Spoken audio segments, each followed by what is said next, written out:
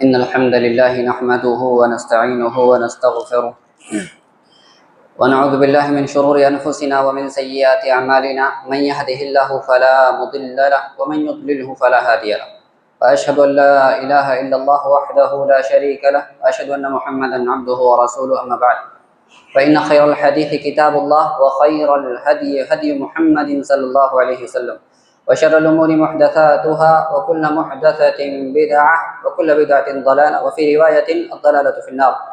अऊज़ु बिल्लाहि मिनश शैतानिर रजीम बिस्मिल्लाहिर रहमानिर रहीम। या अय्युहन्नासु इत्तक़ू रब्बकुमुल्लज़ी ख़लक़कुम मिन नफ़्सिन वाहिदह व ख़लक़ मिनहा ज़ौजहा व बस्स मिनहुमा रिजालन कसीरन व निसाअ वत्तक़ुल्लाह अल्लज़ी तसाअलून बिही वल अर्हाम इन्नल्लाह काना अलैकुम रक़ीबा। या अय्युहल्लज़ीना आमनू इत्तक़ुल्लाहा हक़्क़ तुक़ातिह व ला तमूतुन्ना इल्ला व अंतुम मुस्लिमून। या अय्युहल्लज़ीना आमनू इत्तक़ुल्लाहा व क़ूलू क़ौलन सदीदा युस्लिह लकुम अअमालकुम व यग़फिर लकुम ज़ुनूबकुम व मन युतिइल्लाहा व रसूलहु फ़क़द फ़ाज़ फ़ौज़न अज़ीमा। व क़ाल जल्ल फ़ी उलाहु फ़ी महकमि तंज़ीलिह फ़इन आमनू बिमिस्लि मा आमनतुम बिही फ़क़द इह्तदौ व इन तवल्लौ फ़इन्नमा हुम फ़ी शिक़ाक़। सदक़ाबिल एहतराम हाज़रीन जुमा, नौजवान साथियों, बुज़ुर्गों, प्यारे बच्चों, तक़रीर सुन रही पर्दानशीन माँ और बहनों, अल्लाह रब्बुल इज़्ज़त का बेइंतहा करम, फ़ज़ल, तौफ़ीक़ और ihसान कि आज के इस मुबारक दिन में, मुबारक जगह में, मुबारक वक्त में हम सब इकट्ठा और जमा हुए। दुआ करते हैं कि रब्बे करीम हम सबको जन्नत में इसी तरह जमा फरमा दे और हम सबको कहने सुनने से ज़्यादा अमल करने की तौफ़ीक़ बख्शे। आज हमारी तक़रीर का मौजू जो है सहाबा का मकाम और मर्तबा। इस तक़रीर को या हम अपनी तक़रीर को या सहाबा की अज़मत और मकाम मर्तबे को हम 3 निकात के ज़रिए से, 3 पॉइंट्स के ज़रिए से समझने की कोशिश करेंगे। कुछ अलग एंगल से समझने और समझाने की कोशिश करेंगे। दुआ करते हैं कि रब्बे करीम मुझे हक़ बात कहने और हम सबको उस पर अमल करने की तौफ़ीक़ बख्शे। सबसे पहला पॉइंट, हमारी ज़िंदगी में कुछ लोग इतने अज़ीज़, इतने करीब हो जाते हैं, इंसान बसा औक़ात कहता है कि मैं इस पर अपने से ज़्यादा भरोसा करता हूँ। होते हैं जिस पे हम बिना किसी तअम्मुल के, बिना किसी सोचे समझे भरोसा करते हैं, जिसके साथ कई सालों से हमारा याराना है, हमारी दोस्ती है, हम उस पर भरोसा करते हैं। एक शख्स है जिस पे हम भरोसा करते हैं, ज़िंदगी भर बचपन से हमारे साथ उठा बैठा है, जागा है, उस पर हम भरोसा करते हैं।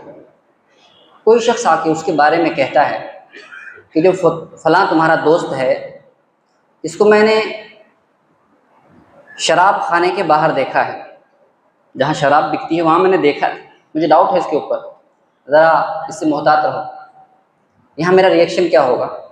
क्या मैं उसकी बात को मान लूँगा या मैं उसके ऊपर गुस्सा हो जाऊँगा? बल्कि इंसान कहेगा कि मैं उसको ज़िंदगी भर से जानते आया हूँ, ऐसा नहीं हो सकता। मुझे नहीं मालूम क्यों गया था, लेकिन मुझे इतना यकीन है कि वो शराबी नहीं है। मुझे इतना यकीन है कि वो शराबी नहीं हो सकता है। क्यों? ये किस बेस पे आप कह रहे हैं? ये अंधाविश्वास है क्या? ये अंधाविश्वास नहीं है। मेरी पिछली ज़िंदगी का खुलासा मैं पेश कर रहा हूँ। मैं उसको जानता हूँ, मैंने उसकी ज़िंदगी के मुख्तलिफ मौके पे चेक किया है।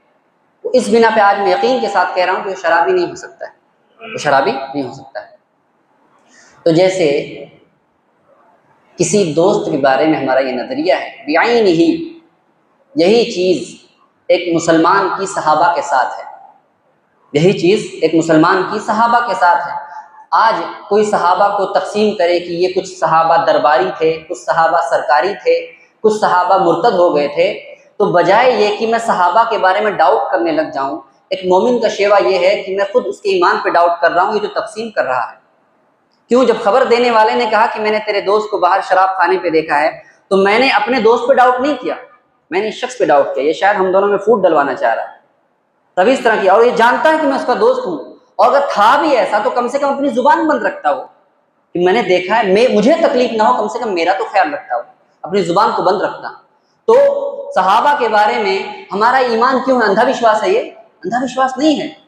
जिसने सहाबा की ज़िंदगी को पढ़ा है, जांचा है, परखा है, और ख़ास सहाबा किराम और ख़ासकर उलमाए किराम, मुसलमान तो उमूमन और ख़ासकर उलमाए किराम जिनकी पूरी ज़िंदगी ही सहाबा को पढ़ने पढ़ाने में गुजर जाती है, वो जब किसी को इस तरह के हफ़वात बकते हुए सुनते हैं तो ये न सिर्फ दिफा, इनके अंदर हमीयत भड़क उठती है। इसीलिए आप लोग कहते हैं उलमा गुस्सा हो जाते हैं, अरे भड़क जाते, थोड़ा प्यार से कहो ना, भड़को नहीं। हाँ इख्तिलाफ ही है तो इख्तिलाफ को डील कर ले। अरे भाई तुम्हारी माँ बाप को कोई गाली दे, आप बोलोगे नहीं नहीं अभी थोड़ा बैठते हैं, पानी पियो, उसके बाद मामला हल करोगे, माँ बाप की गाली सुनोगे आप? नहीं, मुंह फोड़ोगे उसका। तो हमारी और आपकी ईमानी गैरत कैसी है कि सहाबा के बारे में कोई कुछ भी कहते हैं, ये दरबारी, ये दरबारी सहाबी, ये सरकारी सहाबा, ये मुनाफिक हो गए थे, ये मुर्तद हो गए थे। वो भी सहाबा के लफ्ज के साथ बाकायदा तौर पे मुनाफिक सहाबा हेडिंग कायम की जा रही है, मुनाफिक सहाबा। हाँ अल्लाहु अकबर, ईमानी गैरत कहाँ? ये सहाबा, ये अंधा विश्वास नहीं है हमारा। हमने उनको पढ़ा है, जांचा है, परखा है, उसके बाद ये फैसला किया है। हमारी मोहब्बत, दिल की मोहब्बत, इतना ये पढ़ने के बाद हमारे जज्बात उनके लिए सब। और उलमाए किराम जिनकी जिंदगी का खुलासा वही है, सरमाया वही है। इसलिए उलमा का रिएक्शन आप शदीद देखोगे जब सहाबा के बारे में कोई अफवाह बकता है। जिनकी सच्चाई आप जानते हो, उन्हीं की सच्चाई अगर साबित करनी पड़ जाए तो दिल पे क्या गुजरती है किसी इंसान को। ये सहाबा किराम रिज़वानुल्लाहि अलैहिम अजमईन, जब आज़ादी से पहले की बात है, जब हमारा मुल्क दोनों ही हिंदू पाक एक थे, गालिबन कराची या लाहौर में शेख सनाउल्लाह लश्करी रहमतुल्लाह बहुत बड़े मुनाज़िर थे, अपनों से गैरों से सबसे मुनाजरा किया उन्होंने। उनका मुनाजरा हुआ, मुनाजरे का टॉपिक क्या था? सामने शिया थे, टॉपिक क्या था? टॉपिक ये था, टॉपिक देखो, टॉपिक ये है कि क्या अबू बकर उमर मुसलमान हैं? टॉपिक क्या अबू बकर उमर मुसलमान हैं?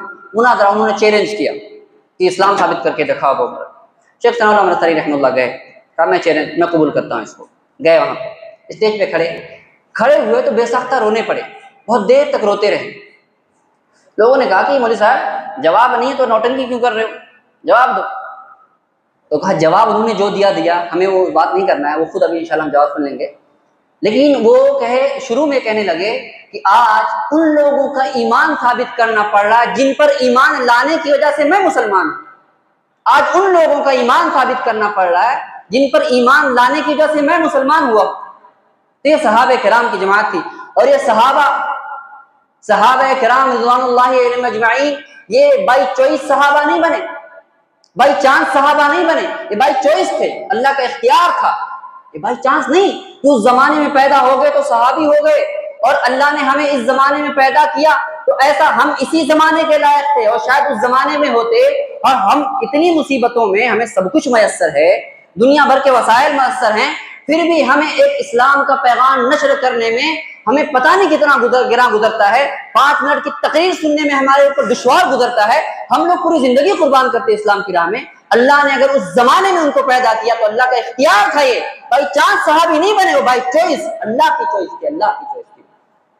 इसलिए इब्न मसूद ने क्या फरमाया, इन्नल्लाह नज़रा फी क़ुलूबिल इबाद फवजद क़ल्ब मुहम्मदिन खैर क़ुलूबिल इबाद फस्तफ़ाहु लिनफ़्सी वबतअसहु बिरिसालती। अल्लाह ने सारे इंसानों की कायनात, सारे इंसानों की, आदम की पूरी ज़ुर्रियत को यूं जमा किया, उनके दिलों को देखा। पूरी इंसान क़यामत से पहले, आदम की पैदाइश से पहले, जिन आदम से लेके क़यामत तक जितने इंसानों को आना है, अल्लाह ने सबको अपने सामने हाजिर किया, सारे के दिलों को हाजिर किया, सबके दिलों को देखा। अल्लाह आलिमुल गैब है, अल्लाह आलिमुल गैब, उसे मालूम है कि मुस्तक़बिल में क्या होने वाला है। उसने सारे दिलों को देखा और देखा कि उस दिल में एक दिल बहुत ज़्यादा रोशन है, बहुत चमक रहा है। कहा कि ये मेरा रसूल होगा और ये रसूलों का सरदार होगा। वो जनाब मोहम्मद अरबी के दिल था। वो कौन था? वो कौन सा दिल था? मोहम्मद अरबी सल्लल्लाहु अलैहि वसल्लम का दिल था। कहा ये मेरा रसूल होगा, और रसूल भी नहीं, रसूलों का सरदार होगा।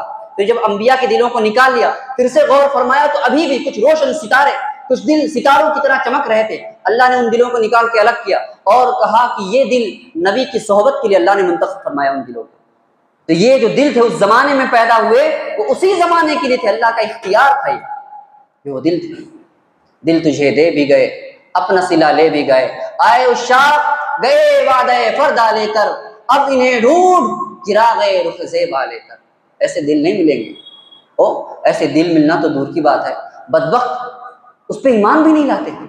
ऐसा दिल पैदा करना, तमन्ना होनी चाहिए, हिर्स होनी चाहिए कि काश हम उनके कदमों की धूल बन जाएं। ये तमन्ना तो दरकिनार, आज लोग सहाबा की तकसीम कर रहे हैं, सहाबा पर निफाक और इत्तेदाद की तहमत लगा रहे हैं। कैसी बदबख्ती है ये, कैसी बदबख्ती है ये। पहला नुक्ता है तो सहाबा की अज़मत पर दलालत करता है। दूसरा नुक्ता,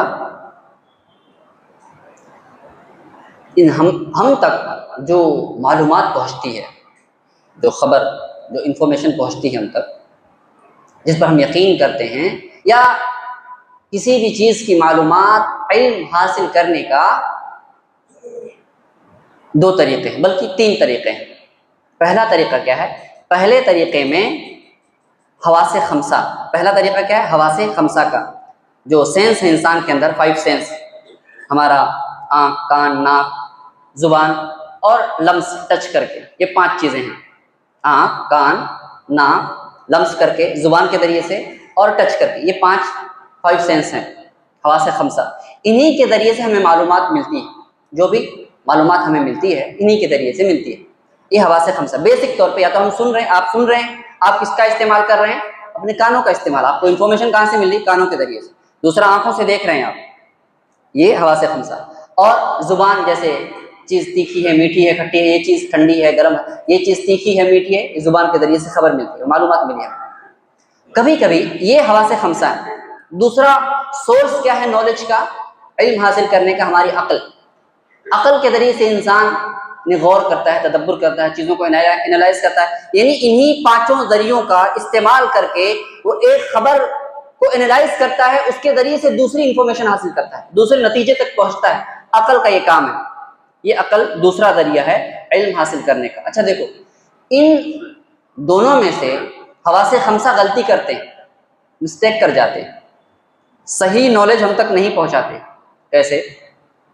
बुखार आ जाता बंदे को, मीठी चीज़ तीखी लगती है, बुखार आया, कड़वी लग रही। बुखार आने के बाद हर चीज़ कड़वी लगती है, तो क्या हम क्या घोषित कर देंगे कि ये चीज़ कड़वी है? नहीं, वो चीज़ कड़वी है, ज़ुबान को कड़वी लग रही है, लेकिन अकल ऊपर। अच्छा, हवासे खमसा गलती करते हैं तो अकल बतलाती, अकल क्या बतलाती है कि बेटा आप बीमार हो, ये चीज़ कड़वी नहीं है, आपके अंदर बीमारी है, चीज़ मीठी है, आपको कड़वी लग रही है। तो जब ये हवासे खमसा गलती करते हैं तो अकल रहनुमाई करती है आकर के, और जब अकल गलती करती है तब वही इलाही रहनुमाई करती है। अकल जब गलती करती है, और अकल बेतहाशा गलती करती है, अकल बेतहाशा गलती करती है, तो उसकी रहनुमाई कौन करती है? वही इलाही, अल्लाह का दीन, अल्लाह की शरीयत करता है। अकल कैसे गलती करती है? आज सेकुलर निज़ाम, लोगों की अकलों ने यह कानून बनाया कि जो क्राइम की सजाएं जो हैं, एक जुर्म हुआ उसकी सजा, अब एक कत्ल हुआ तो शरीयत ने कहा कत्ल का बदला कत्ल। लोगों की अकलों ने कहा कि नहीं, कत्ल का बदला कत्ल नहीं होना चाहिए। क्यों? क्योंकि दलील देखो, दलील ये है उसकी कि एक इंसान तो ऑलरेडी मर चुका, एक ऑलरेडी मर चुका, हम बदले में दूसरे इंसान को मारेंगे तो दूसरी जान चली गई, तो ये इंसान को बचाना कहाँ हुआ? ये तो इंसान को मारना हो गया। ये एक इंसान मरा, कत्ल हो गया, दूसरे इंसान को हम मार रहे, तो इंसान की बचा कहाँ? ये तो मर रहे लोग, ये कोई इंसाफ नहीं। तो अब इसकी वजह से हर कोई एक दूसरे को मार रहा है, क्राइम की शरह बढ़ते जा रही, कानून बन रहे, लेकिन रुकने का नाम, रेप दिन ब दिन हो रहे, रेप दिन ब दिन हो रहे। तो शरीयत ये कहती है कत्ल का बदला कत्ल। एक इंसान, वलकुम फिल क़िसास हयातुन या उलिल अलबाब, क़िसास के अंदर बदले में तुम्हारे लिए जिंदगी है, अक्लमंदो, अगर तुम समझ सको। तो शरीयत ने रहनुमाई की है, जो तुमने सोचा है, तुमने अकल लगाया, एंगल गलत है, जरा अपने इस अकल के पॉइंट को, एंगल को जरा दुरुस्त करो, फिर नतीजा निकलेगा। नतीजा क्या निकलेगा? जब तुम एक कातिल को कत्ल कर दोगे, उसके बदले में बहुत सारे जिन्होंने कत्ल का इरादा किया है वो भी रुक जाएंगे, और इस तरह से खून खराबा रुक जाएगा, दूसरे इंसान का कत्ल नहीं होगा। और हम देखते हैं जहां इस्लामी शरिया नाफिज है, अल्हम्दुलिल्लाह, वहां इस तरह के सबसे नीचे इंडेक्स में आप देखोगे, क्राइम रेट में सबसे इंडेक्स नीचे वो मुल्क नजर आएगा जहां शरिया लो नाफिज है। क्यों? इसी बिना, इसी शरीयत की रहनुमाई की वजह से। अच्छा, तो ये वह अकल की रहनुमाई करती है। अच्छा, इस बात को हम यहाँ इसका लिंक सहाबा से क्या है, हम दूसरे तीसरे पॉइंट से जोड़ करके इसको लिंक करेंगे। इस बात को यही याद रखो, इतना याद रखें, हम आगे समझेंगे कि हवासे खमसा जब गलती करते हैं तो अक्ल रहनुमाई करती है। अक्ल भी जब भटक जाती है तो वही इलाही आकर के उसकी रहनुमाई करती है। ये वही इलाही, इस पे हम रुकते हैं। तीसरा पॉइंट, फलसफी लोगों के यहाँ कोई जुबान कैसे बनती है, और ये बहुत अहम नुक्ता है, पूरे खुतबे की यही जान है, पूरी जान इसी खुतबे के अंदर है। ये समझ जाओ तो बहुत सारी चीजें हमें और आपको समझने में आसानी होंगी। किसी यानी फलसफी जो है, किसी जुबान के बनने में, कोई जुबान कैसे बनी, अरबी जुबान फर्स्ट टाइम कैसे बनी, लोगों ने फर्स्ट टाइम अरबी बोलना कैसे शुरू किया, हिंदी जुबान कैसे बनी, संस्कृत जुबान कैसे बनी, हमारी ये तेलुगु या उर्दू जुबान कैसे बनी है, कैसे बनी है, फर्स्ट टाइम किसने बोला होगा इस जुबान को, इस बारे में फलसफी लोग अलग अलग, इस्लाम का अलग नजरिया है, इस्लाम का नजरिया अलग है, फलसफी लोग अलग अलग तरह की बातें करते हैं। वो एक मरतबा पढ़ते पढ़ते एक बात मिली बड़ी शानदार जो हैरान कर दे, और वही बात है जो आज मुसलमान कहते हैं। बहुत सारे लोगों ने कहा कैसे जुबान, कोई जुबान जब बनती है, आप ये लैंग्वेज बोल रहे हो, मैं इसको मोबाइल कह रहा हूँ, इसको पत्थर कह रहा हूँ, इसको मिट्टी कह रहा हूँ, इसको पंखा कह रहा हूँ, इसको हाथी कह रहा हूँ, इसको डोगी कह रहा हूँ, क्यों कह रहा हूँ? अब हाथी को डोगी भी कह सकते हैं ना, कोई कुछ कर लेगा क्या? कोई कुछ नहीं कर सकता। हाथी नाम में क्या रखा है? कुछ भी नहीं रखा। इसको वो बोल दो, उसको वो बोल दो, जो बोल दो सब सही है, बस वो चीज समझ में आना, लफ्ज में क्या रखा है। ऐसे ही लोगों ने तो अलग अलग अक़वाल है कि जुबानें बनती कैसे हैं, जुबानें बनती कैसे हैं। तो बहुत सारे लोग, कुछ लोगों ने कहा कि एक कौम के कुछ समझदार किस्म के लोग बैठे एक जगह और उन्होंने मुआहदा किया और म्यूचुअल एग्रीमेंट किया कि इस लफ्ज को, इस चीज को हम ये कहेंगे, इस चीज को हम ये कहेंगे, इस चीज को हम ये कहेंगे। तो ये फासिद कौल है, लेकिन ये कौल भी लोगों ने, फलसफियों ने कहा कि कोई जुबान बनी कैसे। ऐसे कि लोग जमा हुए और कहा कि इसका ये नाम है, इसका ये नाम है, इसका ये नाम है, खलास। ये पहला कौल है। दूसरा कौल ये है कि कोई जुबान बनती कैसे है, उसका ये है कि जैसे जैसे चीज़ों को लोगों ने अपने अपने जज्बात का इजहार करके किसी चीज़ को बयान करने के लिए अपने इमोशंस, अपनी फीलिंग का इजहार मुख्तलिफ तरीक़ों से किया, मुख्तलिफ इशारों से किया, धीरे धीरे धीरे धीरे करते करते एक लैंग्वेज और जुबान की शक्ल इख्तियार कर दी। यानी लोगों का इज्तिमाई अमल, लोग उमूमन मिलजुल करके जो काम करते हैं, धीरे धीरे वो मिल करके जुबान बन गई। जैसे एक सिग्नल है, एक सिग्नल है। अब कानून तो यही है ना, बहुत गौर से सुनो, बहुत गौर से सुनो, आगे जो हम बात साबित करना चाह रहे हैं बहुत अहम है और बल्कि हमारा अकीदा इससे जुड़ा हुआ है। तो एक सिग्नल है, कानून क्या है? सिग्नल तोड़ना नहीं है। अब सिग्नल पे चारों तरफ से लोग खड़े हुए, यहाँ से एक बंदा निकल रहा, सिग्नल तोड़ता है, यहाँ से निकल गया, दूसरा वहां से आया निकल गया, तीसरा वहां से आया निकल गया, कोई चालान नहीं कटा, धीरे धीरे करते दो चार इधर से, दो चार इधर से, सिग्नल तोड़े जा रहे। फिर एक दिन ऐसा हुआ कि पता है इस सिग्नल पे चालान नहीं कटता है, तो सारे लोग सिग्नल तोड़ने लगे।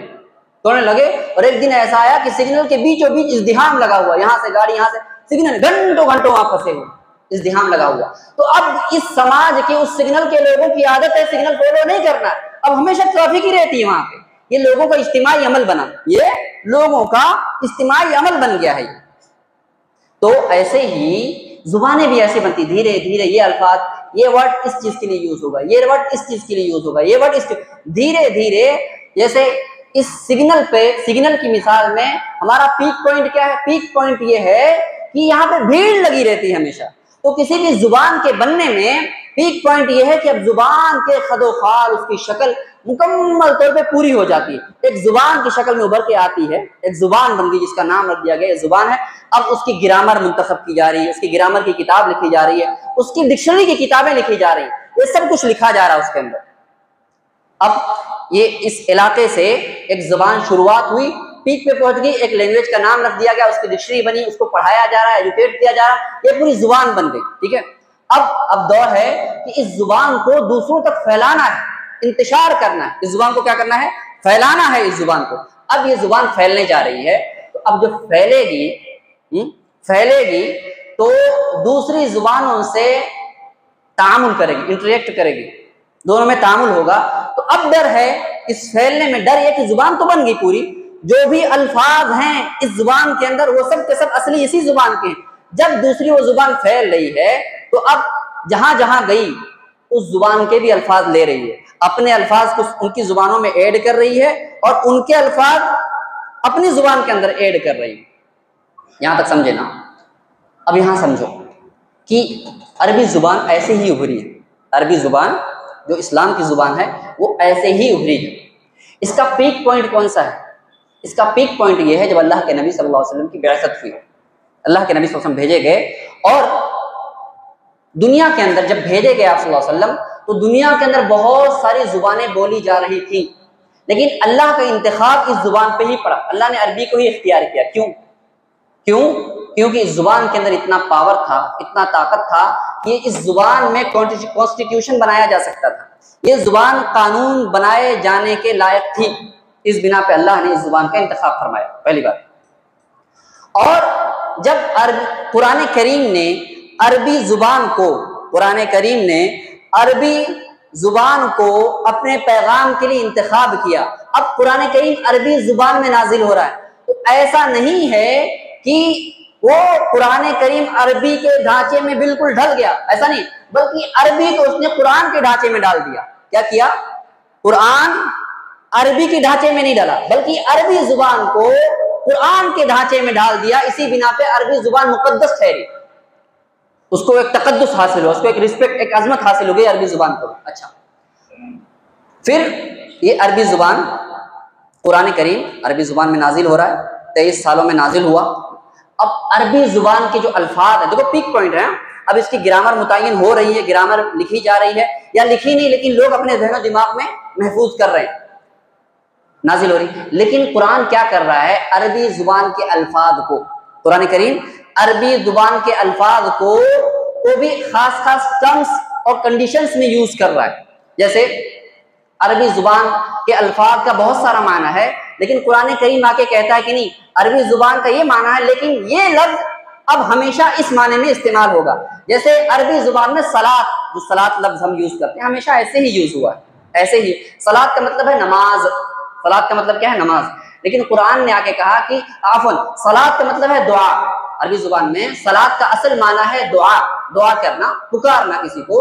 लेकिन कुरान आके कहता है कि सलात का मतलब क्या है? नमाज। यानी अब जब भी सलात का लफ्ज बोला जाएगा तो उससे हम क्या समझेंगे? नमाज समझेंगे, दुआ नहीं समझेंगे। अब कोई कहे नहीं, अरबी जुबान में सलात का मतलब दुआ होता है, तो हम, यानी अल्लाह ताला ने कहा कि नमाज, सलात को कायम करो, तो हम दुआ कर लिए तो नमाज पढ़ लिए, ऐसा चलेगा क्या? नहीं, बल्कि सलात का मतलब नमाज है, जो तकबीर से शुरू होती है, सलाम पे खत्म होती है, वो नमाज आपको पढ़ना है, वो नमाज आपको पढ़ना। अच्छा, ये तब्दीलियां हो रही अरबी जुबान के अंदर, कुरान करीम आकर के 23 साल के अंदर तब्दीलियां कर रहा है, तब्दीलियां कर रहा है। अच्छा, ये जो तब्दीली हो रही, ये नुक्ता हम जो पूरा तमहीद कायम किया इसी नुक्ते के लिए, ये जो पूरी तब्दीली हो रही है 23 सालों के अंदर, इस तब्दीली को का आई विटनेस कौन है? कौन है आई विटनेस? किसके सामने तब्दीली हो रही है? सहाबा के सामने हो रही है, सहाबा आई विटनेस है इसके। और जो पहले हमने कहा, अकल हवासे खमसा गलती करती है तो अकल रहनुमाई करती है, अकल गलती करता है वह रहनुमाई करती है। इस वह का जो आसमान से बातें नाजिल हो रही हैं, इसका आई विटनेस कौन है? सहाबा है। वह ये इलाही के आई विटनेस कौन है? सहाबा है। ये जो अल्लाह कुरान करीम अल्फाज तब्दील कर रहा है, अल्फाज के माने बदल रहा कि नहीं, इसको इस माने में इस्तेमाल। हज, हज का माना क्या है? नीयत करना, कसद करना, नीयत करना, कसद करना, हज का माना है ये। तो आप कह रहे हो कि मैंने हज करने की नीयत कर ली, गोया मैं चला गया, वहां से तवाफ किया, वापस चला, काफी है क्या? नहीं, बल्कि आपको क्या करना है?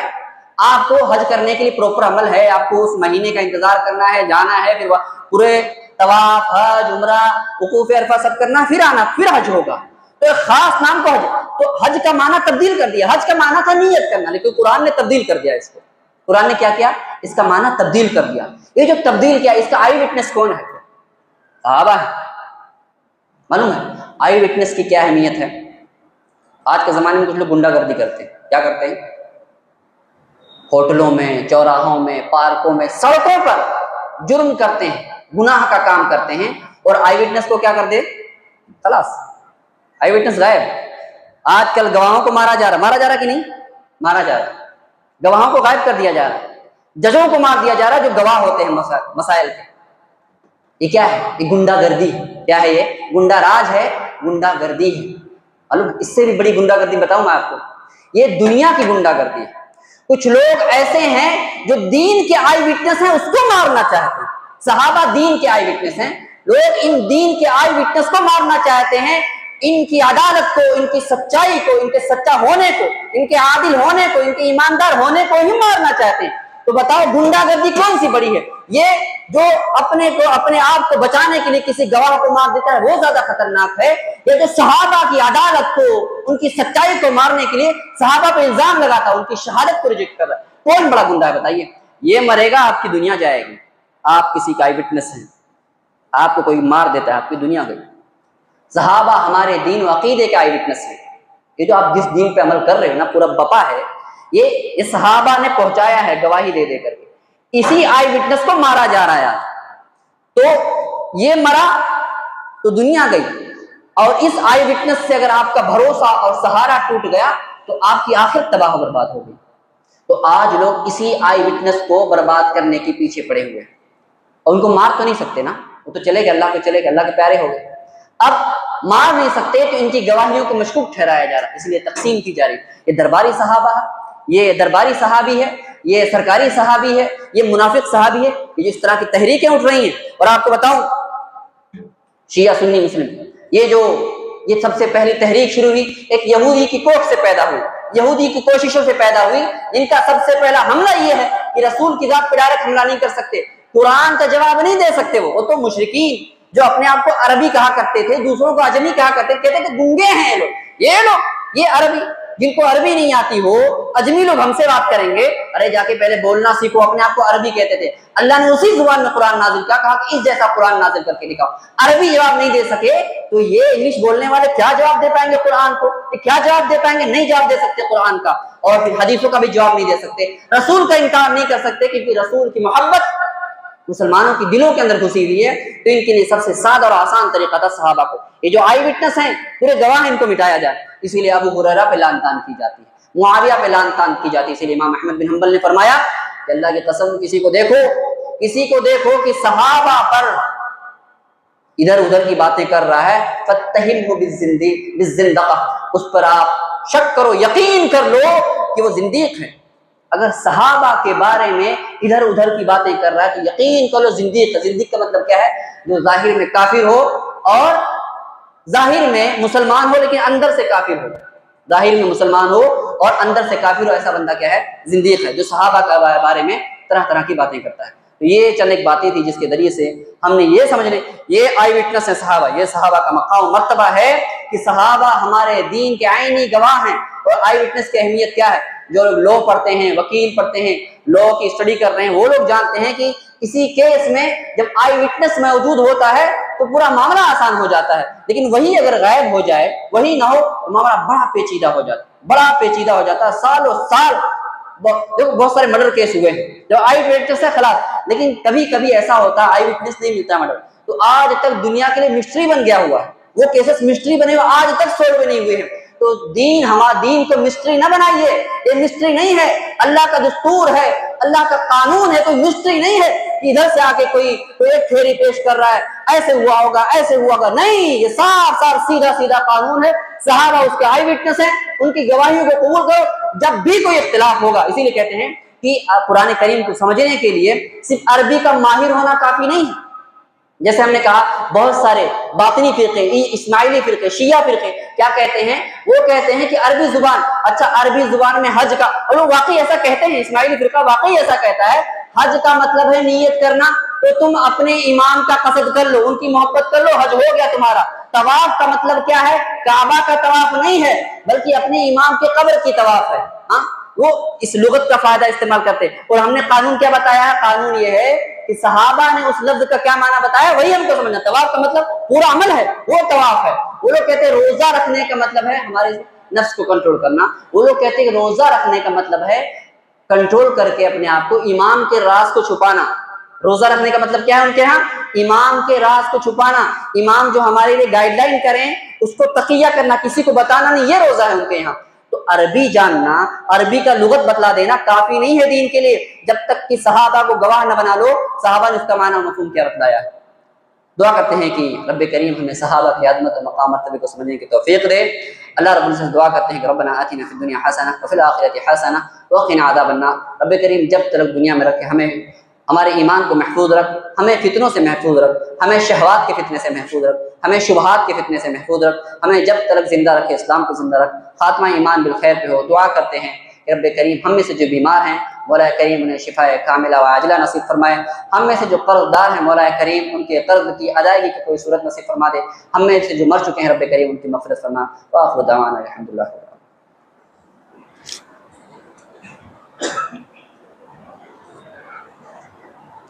इन्नल हम्दुलिल्लाहि नहमदुहु व नस्तईनुहुहु व नस्तगफिरुह व नऊज़ु बिल्लाहि मिन शुरूरि अनफुसिना व मिन सय्यिआति अअमालिना मन यहदिहिल्लाहु फला मुदिल्ल लहु व मन युद्लिलहु फला हादिय लहु। अशहदु अल्ला इलाहा इल्लल्लाहु वहदहु ला शरीका लहु व अशहदु अन्न मुहम्मदन अब्दुहु व रसूलुहु। अम्मा बअद इन्नल्लाहा व मलाइकतहु युसल्लूना अलन नबी या अय्युहल्लज़ीना आमनू सल्लु अलैहि व सल्लिमू तस्लीमा। अल्लाहुम्मा सल्लि अला मुहम्मद व अला आलि मुहम्मद कमा सल्लैता अला इब्राहीम व अला आलि इब्राहीम इन्नका हमीदुम मजीद।